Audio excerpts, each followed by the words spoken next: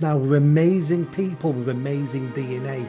We can be great again, but we can't be great if the Englishman and the English woman is willing to settle for second place. I honestly think most of the people in politics now do it because they want to be famous. Next thing you know, you've got people in top positions in our government who have never had a proper job, who went from university into politics, and all they know is politics. Hi, everybody, and welcome back to Nick Talks. This episode's amazing guest is a gentleman you might already know. You might already be watching his videos. You might already be subscribed to his channel. And if you've not subscribed to his channel, you need to go into the description of this video, click the link and subscribe to his channel. But with no further ado, welcome the Bootneck to Nick Talks. Nick, how are you doing? Nice to meet you. No, thank you much for coming on. I've been watching some of your videos now for a couple of months. Like most things on YouTube, YouTube recommends things every now and again. And I saw some of yours and started watching it. And now, I watch quite a few of your videos. And I enjoy them for several reasons. The first reason is you say it the way it is. There's no airs and graces. You don't caveat anything. It's like, bang, this is what I think. This is what I've seen. This is what's going on. And that frank talking is, I try to do that. Whether or not I'm successful at it, it's for other people to judge. But I try to be straight talking. So I appreciate you being straight talking. Well, yeah, it's to be honest, a lot of people have asked me if I script my stuff, and no, I definitely don't. It just started as a hobby, really, and I just randomly started ranting at the camera. The one thing I will say is I don't think I'm actually, from looking around YouTube and seeing how many people are on there doing this type of thing, I think I picked the wrong name, me, because I'm not that angry, am I? I'm more of a good-humored fella than an angry one. But yeah, I don't plan it beforehand. I just sort of sit there and start talking and then edit it afterwards.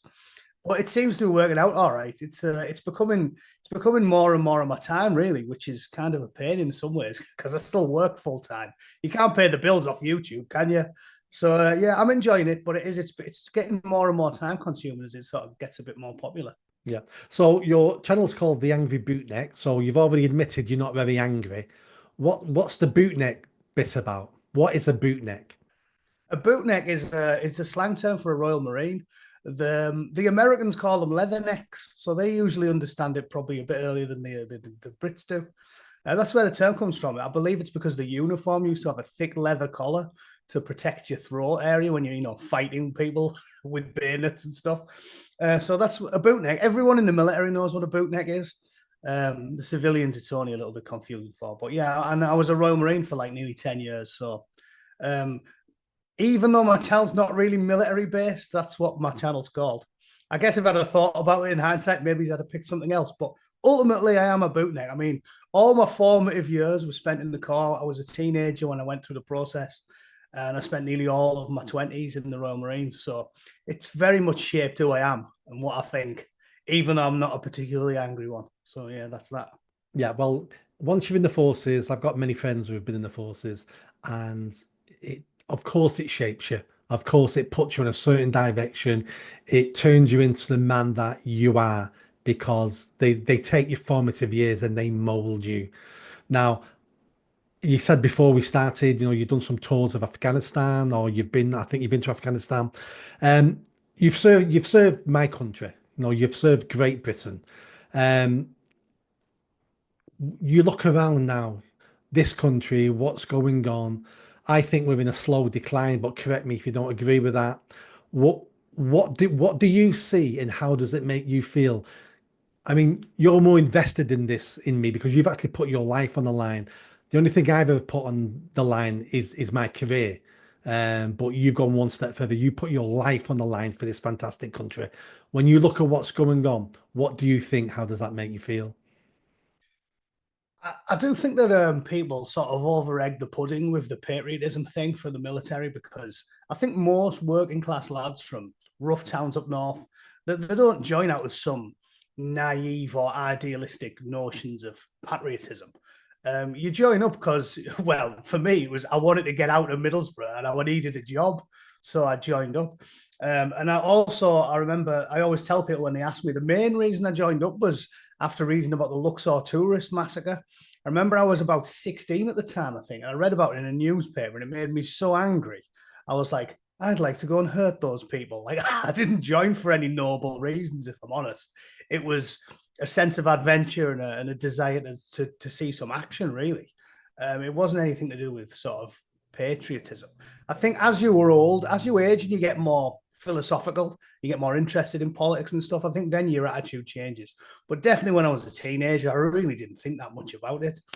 It was just, this might be interesting. And maybe I'll have a fun dust up with some horrible Bronze Age savages who do things like that, the tourists. There was nothing idealistic about it. As I've got older, I mean, it is odd, isn't it? I feel like if you'd mega into politics when you're a teenager, you're a bit boring, really, because you should be out like watching the footy and chasing girls and drinking with your mates and sort of not getting too deep into the weeds on it. So I think what I did is a natural evolution, isn't it? You when you're a teenager in your 20s something, you're out enjoying yourself, and as you get a bit older, that's when you start really reading the newspapers every day and paying attention to what's going on. And I think the depressing thing about that is when I wasn't that interested in it, we were a lot better led. Like in the 80s and the 90s, the early 90s, we had like people who, to me, seemed to at least have some sense of civic duty. Like I never liked the likes of like John Prescott or something, but at least you get the impression that he actually believed what he said. And in the last 2 decades, it's just been a shambles. I honestly think most of the people in politics now do it because they want to be famous. Like if you can't sing or act, you can be a politician and you'll be famous. And I actually get the impression people like Angela Rayner, that's why she's done it. I think they are just the worst type of self-serving scum. Like they get into it because they want to feather their own nest. And I think almost none of them have any sense of like public service at all. We should stop calling them public servants because they don't serve the public, they serve themselves. And that's why they're there. I think we're shockingly led compared to the past, definitely. No, something's definitely happened over the last, 20, 30, 40, 50 years. Um, you said public service. There was a time when people, not everybody, there's always been people who went to feather their own nest by going to Parliament. Of course there has. But there was many people there who wanted to be, who were public servants. And now it all seems to be about self-service.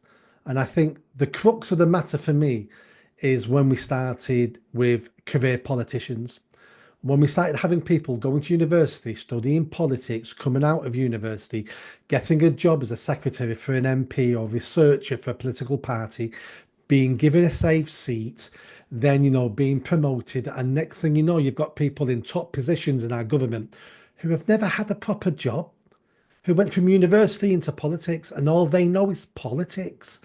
And it's constantly climbing the greasy pole and doing favors for each other, where at least we used to have people who'd been miners, who'd run businesses, who'd been doctors, who'd been in the army, been a captain, and they brought a different perspective into the House of Commons. Now, no matter what party you're talking about, they're all the same. They all went to the same universities, all did the same degrees. They're all friends outside of universities, outside of the Commons, and there's no different voices. It's the uni party. There's no authenticity either, is there? Like back in the day, the House of Commons, like nobody wanted to do that job. They were like butchers and bakers and candlestick makers, and they had to do it to serve. They were called to serve. Now, I mean, a great example is one of my local MPs back home, Anna Turley. She represents Redcar. She's got about as much in common with Redcar as Gandhi had. Like, she's not from there. She's from miles away. And they do it all the time. They drop ship them in, like you said. These mercenaries who leave school when they're 19, they start working with the party. And when they're 30, they represent them in a safe seat. It's a joke. Like, I think the entire system is completely failing. It's not what it was supposed to be. They were supposed to represent you. Like in America, they call it the House of Representatives. The Commons is supposed to be that, isn't it? It's they represent the common man, and they don't represent the common man. They represent a sort of insufferable, smug, middle-class elite who don't know the first thing about anything, certainly in the areas they get parachuted into because they're not from there. And I mean, Anna Turley's a great example because I've got a bee in my bonnet about her. Because when she was she was representing Redcar, and she was one of these Remainers, and she was constantly banging the drum about staying in the European Union. And Redcar, being Redcar, was, you know, a poor northern town in the northeast, was one of the most heavily Brexit voting areas in the country. It was like 71% or something. And then she spends a year parroting the same sort of nonsense as Guy Verhofstadt or something. It's like, you get elected to represent them. I've made a joke about it a lot. When I was talking about it, I was like, if I got elected to represent Redcar, and 80% of the people in Redcar said, we want to get rid of the pier and we want to build a gigantic 50-foot penis on the seafront, well, then I'd support it because I think it's a terrible idea, but the locals want it. And that's exactly what's missing. The House of Commons does not represent common people. They represent the sneering globalist elite that think in lockstep on every issue all of the time. And that's why the Tories lost, isn't it? It's not because people like Labour. Look at the petition they've got up. It's over 1 million signers and stuff. They hate Labour, essentially. Because most people didn't bother voting because we're so poorly led, they got in with a real-time vote of about 19% of the population, the voting age population. Everybody hates them. So the system is not worth the paper it's printed on at this point. We're not represented. It's a complete joke. I think we need to rip it all up and start from scratch, to be honest. Because, again, what is common about the House of Commons? Nothing. No, absolutely not. And politicians, I honestly believe, think this, which is, I'm better than you. I'm better than the people I represent. I've been to a university. I've got a degree. I'm actually now an MP. Of course, I'm better than you. I know a lot more than you. And the more power I have and the more decisions I make on your behalf, not what you want, but on your behalf, life will be better for all you idiots out there. Because if only you could be more like me, your lives would be better. Now, that may be true or not be true, depending on every situation is different. But that isn't their job. Their job isn't to rule over us. Their job is to represent us. But they think they're our overlords and our masters, but they're not. They're public servants. They're there to serve us. And I never come across a politician these days who understands that. They want to be our overlords, and sometimes benevolently they're doing it for the right reasons, they think, to improve our lives. But I don't want these people to run my life for me. I want them to do what the people want them to do. Yeah. Well, I mean, that reminds me of the famous C.S. Lewis quote. Have you heard that famous C.S. Lewis quote where he's talking about how they'll crush you because they'll be clear of conscience while they're doing it. Like the robber baron is possibly better for you than one of these sort of benevolent dictators because they actually don't feel guilty about the things they do because they're so convinced of the morality of their argument. Keir Starmer's a dead good example, isn't he? Because he sort of sums that up perfectly. He spent the last 3 months locking up normal people because he's convinced that he's doing a good thing. It's like, oh, these people, he doesn't think they're normal people. He thinks they're vicious racists. The sweet old pensioner, the 65-year-old woman who gets angry because a load of little girls have just been murdered and then goes and loses his temper and writes on Facebook, oh, yeah, you know, sink all the boats or what have you.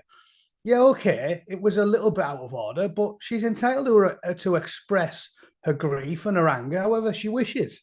The idea that people like that should be locked in prison is ludicrous, but he genuinely thinks he's doing a good thing there. He's like, oh, I'm getting rid of the bad people. It's like, they're not the bad people, it's just the people. And the people wear their hearts on the sleeves and they just say what they think. And they're not always worrying about how it looks or how it sounds or how it's perceived. Like, should she have wrote that? No, not really, but she's entitled to her own opinion. So one thing the Americans have got a huge advantage of is this idea that you can't criminalize free speech.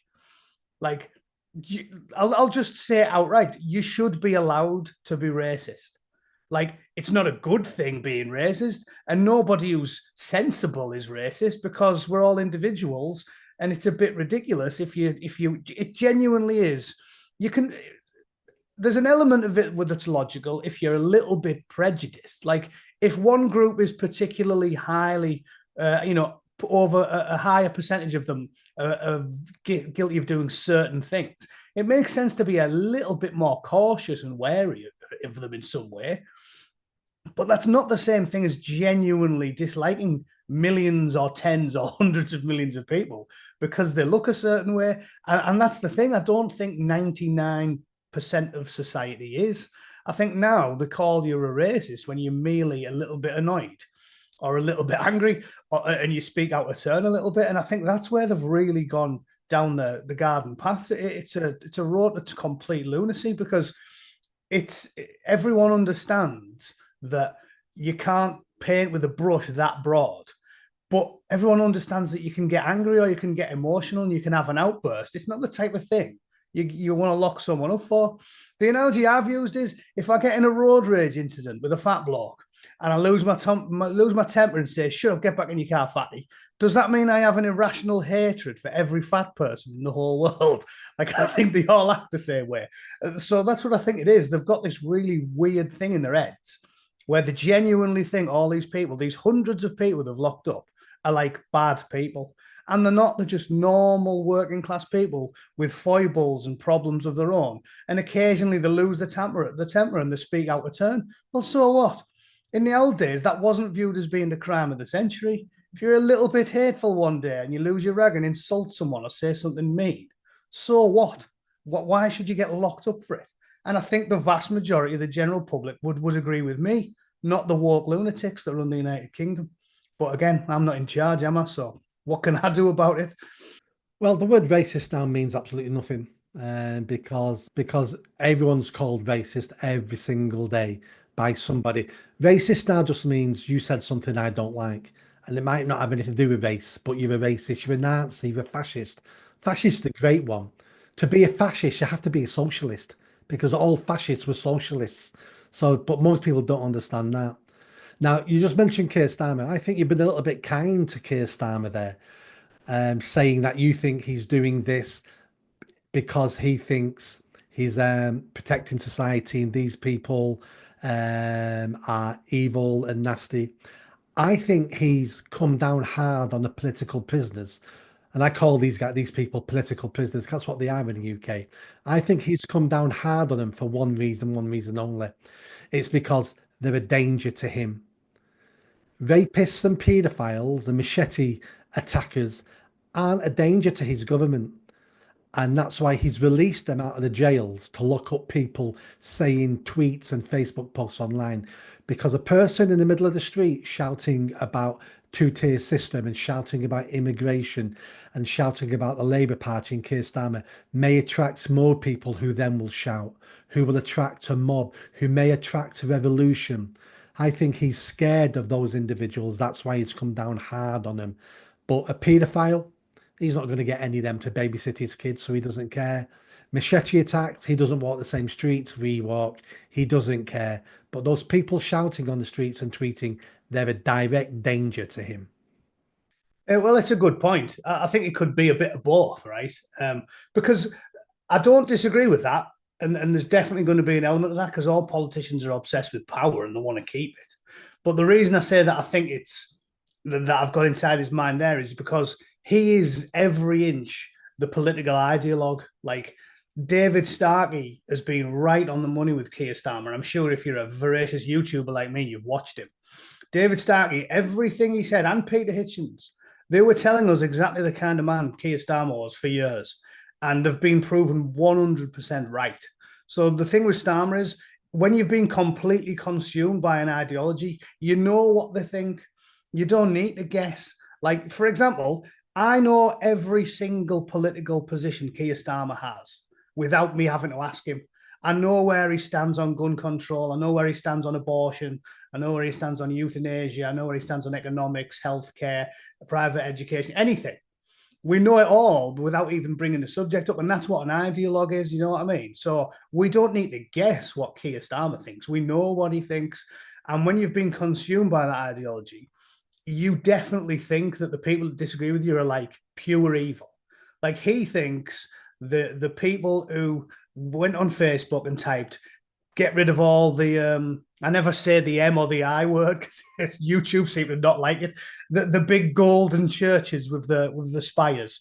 If someone goes blow them all up, he just thinks they're pure evil. He doesn't. He's not going, oh yeah, they were angry and they've had a bit of an outburst. He thinks, yeah, they would literally kill a billion people if they got the chance, because that's what the idea. That's what their ideology teaches them, that your opponents are evil, and that's the big difference between the left and the right.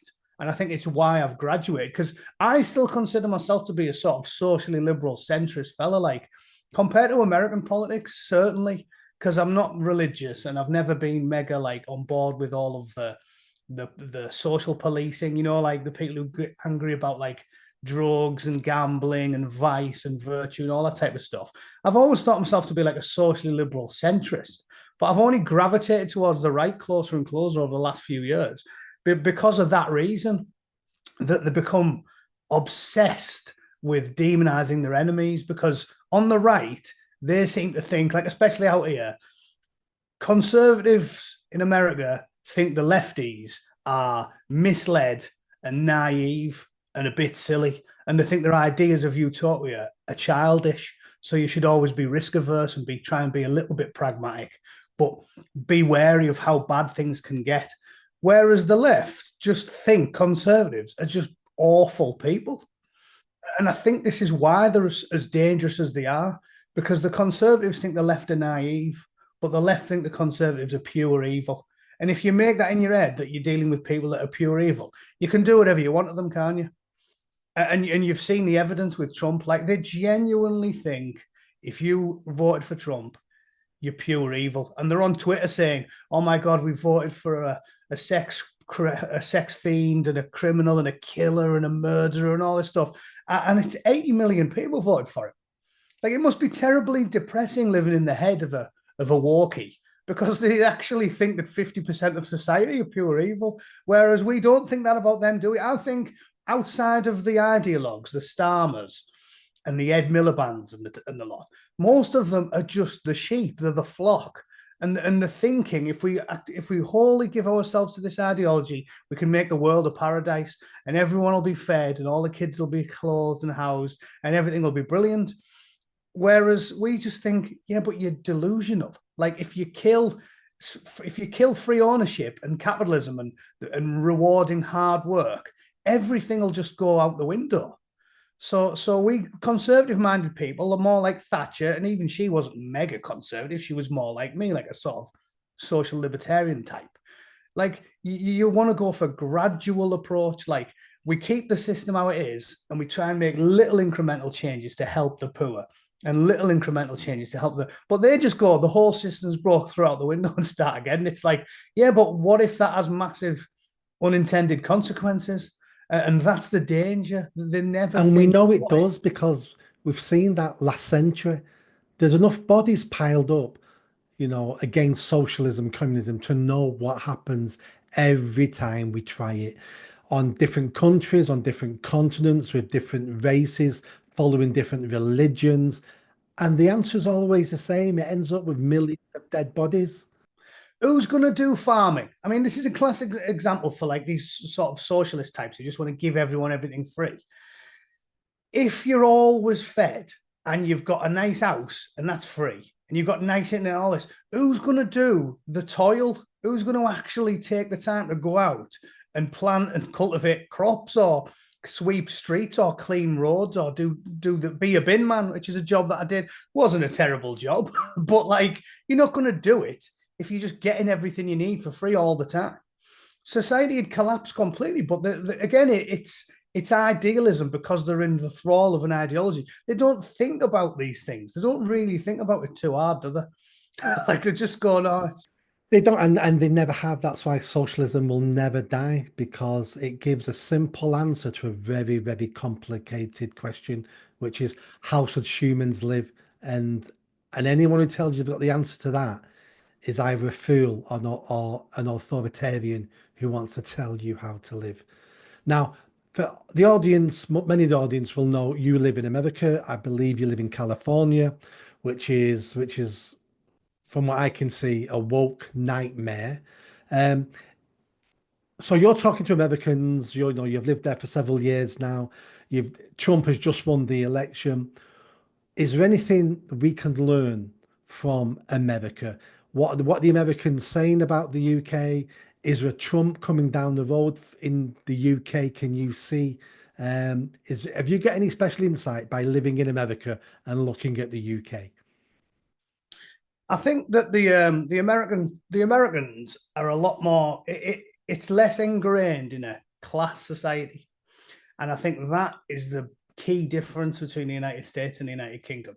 Ricky Gervais was joked about it and said, you know, if you're in America and someone's got a nice car and your neighbour's got a Porsche, people go, "Oh, I love that Porsche. Like, where did you get that from?" Like, they're happy for you because they think if they keep working hard, they'll get one. Whereas in England, you see a nice Porsche in your neighbour's drive and you think wanker because you just think he's like a rich prick. Like, remember, Ricky Hatton used to say, always drove his £2,000 car all over that was like ancient because he didn't want to seem like he wasn't a man of the people anymore. I think that the Americans, we have ingrained in us a class society in the UK. And that's why we have that resentment for like the ruling classes. But and I think if we want to make progress, we have to get over that. We have to be as sort of like, and Americans are annoying in their own way. They're constantly chirpy and optimistic all the time, and Brits are cynical and sort of like grumble, and we expect the worst. We're pessimistic. But I think if we really want to succeed, we've got to embrace that because the change comes when you get outsiders in. And like for example, Obama wouldn't have happened in the UK. Like our politicians are all posh. They all went to this. All prime ministers went to these posh schools. That's not like that. He was middle class, but he wasn't rich. You know, a single parent. His mum raised him. It was like I think the Americans have embraced doing things new and different. And if we want to make real change, we have to get like that. Like I've joked about it and said maybe our best prime minister ever will be a bloke who had a TV show. Like maybe it'll be someone who came out of nowhere, or a Farage who's always been viewed as being like a sort of outsider. Like you've got to embrace the different, and I think that that's what the problem is in England. I think it's stuffy and old fashioned, and we're not willing to do things the same. Boris Johnson, David Cameron. I mean, they're all in the same pictures, aren't they? At the same school, Eton. How many prime ministers went to Eton? We need to bin it. We need to get people into politics like yourself. Anyone who's just a normal person, and the general public need to embrace it. But the problem seems to be when we try and do it in the UK, maybe because we've stagnated to that point. Whenever you get a political outsider in the UK, they never get any votes. I think we've literally been spoon fed it for so long. I think we're resistant to change. Like the Americans are dynamic and quirky and a bit weird, which I mean, I'll all be able to say they are. They're different. They're fundamentally different, probably because all of the enthusiastic, chirpy go-getters all went to America to seek the fortune. And our ancestors were like, no, you're all right. I'll just stay here and be a cobbler. Like it's part of their DNA. And I think we need some of that. We need some of that optimism. We need some of that chirpiness, and we need a willingness to embrace doing things completely differently instead of just going, let's get all of our prime ministers from Eton. Do you know what I mean? I think that's what we need to do. It's very hard in this country to. I mean, I've worked with thousands of young people, mainly on the streets, kids who have been getting involved in low-level crime and antisocial behaviour. Um, and it's very hard to instill that aspiration because you're right, we don't value aspiration in this country. And because our country is slowly turned into a socialist state, everything's given to you. So that you're brought up realizing I don't have to work hard. I don't have to look after myself. I don't even have to look after my children. I don't even have to look after my parents when they're getting old. Give it all to the state. And we keep rejecting our personal responsibility. And you're right, I've met many Americans who come from nothing. And even though they come from nothing, even when they had nothing, they were still saying to themselves, everything's possible. A bit like Del Boy, I could be a millionaire next year. And and that Del Boy character was like that. So we would laugh at him. But in America, that's what most people like. I could be a millionaire next year. A bit of luck, work hard, invent something, do something. And we don't have that in the UK. We're always waiting for someone to give us something, which is a state, or we're waiting for our masters to tell us what we can do and what we can't do. and we need to start rejecting our masters, and we need to start fixing our own lives, taking charge of our own lives, and being captains of our own destiny. I don't want someone telling me what I can and can't do. I want to pursue my dream, and my dream may fail, but I'd rather fail at my dream than be some slave being told what I can do and what I can't do and just being fed off the state. The man in the arena. You reminded me of old Teddy Roosevelt there with that speech. The man in the arena. The credit belongs to the man whose face can be marred, but at least he failed while daring greatly. That's exactly right. And as I said, I'm not slagging off my homeland at all. I'm a product of almost entirely of the UK. I didn't move out here till I was like 30 or however later. What I'm getting at is though, in all of life, you need balance. If you, I mean, a universal truth is balance is the key to everything. My nana used to say that, and she got to be 86 or whatever. Eat a bit of whatever you fancy, drink whatever you want. Balance in all things, yin and yang, right? And I think that's what's out of kilter in the UK. There's many advantages to. I prefer many things about the UK. I love the stiff upper lip, the stoicism, the sort of grim pessimism, the sense of humor in adversity. All those things I love and prefer about the UK. But we need to embrace some of that. A nice center ground between both cultures would be perfect. But that's what I like about the Americans. It's a bit annoying that they're always chirpy all the time, especially with English bloke. But we need some of that. We need some of that optimism and that can-do attitude. That's the difference between us and the Americans. They love the top cat, and we love the underdog. That's the big difference between the Americans and the Brits. And I think we could learn from them in that respect. You've got to teach people to strive. When you teach everyone to in a more socialist society like in Europe, you do train people to settle. Like, oh, it'll be all right. I'll just stay. And they really go for stuff. They're like, it's going to be loads of hard work. And I'm going to work. Like Elon was doing 70 hours a week for years. Like the man was a workhorse, and that's how he got his companies off the ground. We just seem to go, it'll be too hard, so I'll just work in bins, like there's a happy medium, and I really wish the Brits could do that. Like I said, I love our grim complaining. It's always funny, that sort of sense of humor in adversity. That's what I like about the Brits, but I do think we could be a lot more aspirational and a lot more optimistic. And until we do, you won't get a Nick Buckley getting into high office. You won't get a Bootneck in the House of Parliament. It'll always be, we'll just let the clever people decide, and we'll vote for Anna Turley, even though she's got nothing in common with me at all, and she's completely against my interests every chance she gets. We'll just accept her, and we shouldn't. That's a great place to end on that message that England, Great Britain is an amazing place. We do so many things well, but we're not perfect. And if we need to change something, it's that. We need to breed inspiration and aspiration into the public and tell them we used to run the world. We had the greatest empire the world's ever seen.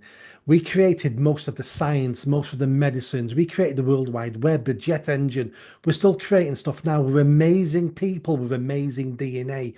We can be great again, but we can't be great if the Englishman and the English woman is willing to settle for second place, willing to settle for the crumbs that Parliament are willing to throw them. We need to reject Parliament and reject the elite, and we need to go earn what we want in society. And that's a great place to end, and a great message we're sending to the people of the UK. Great. Confidence is king, Nick. Let's make it happen. Cheers, Bootneck, for coming on. And hopefully in a couple of months we can get together and we'll see where we are as the UK. Let's hope progress gets made, eh? Thanks for having me, Nick. No, it's great. Thank you for coming on. Cheers. See you, mate.